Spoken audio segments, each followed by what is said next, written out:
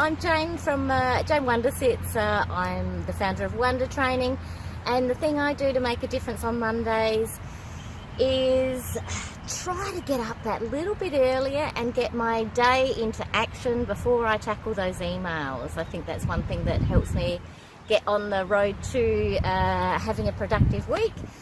The other thing that in the bigger picture across the board is helping people find their strengths. That's my real true passion, and I think that is something that I've been loved that journey for many years and helped 7,000 people so far, and many more to come. But so strengths is my beacon of hope for others and for myself.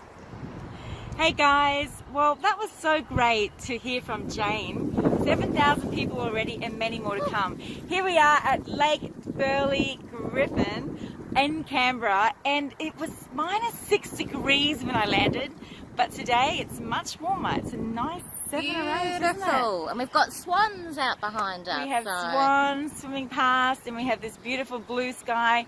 But check out this lake, it's pretty amazing, isn't it?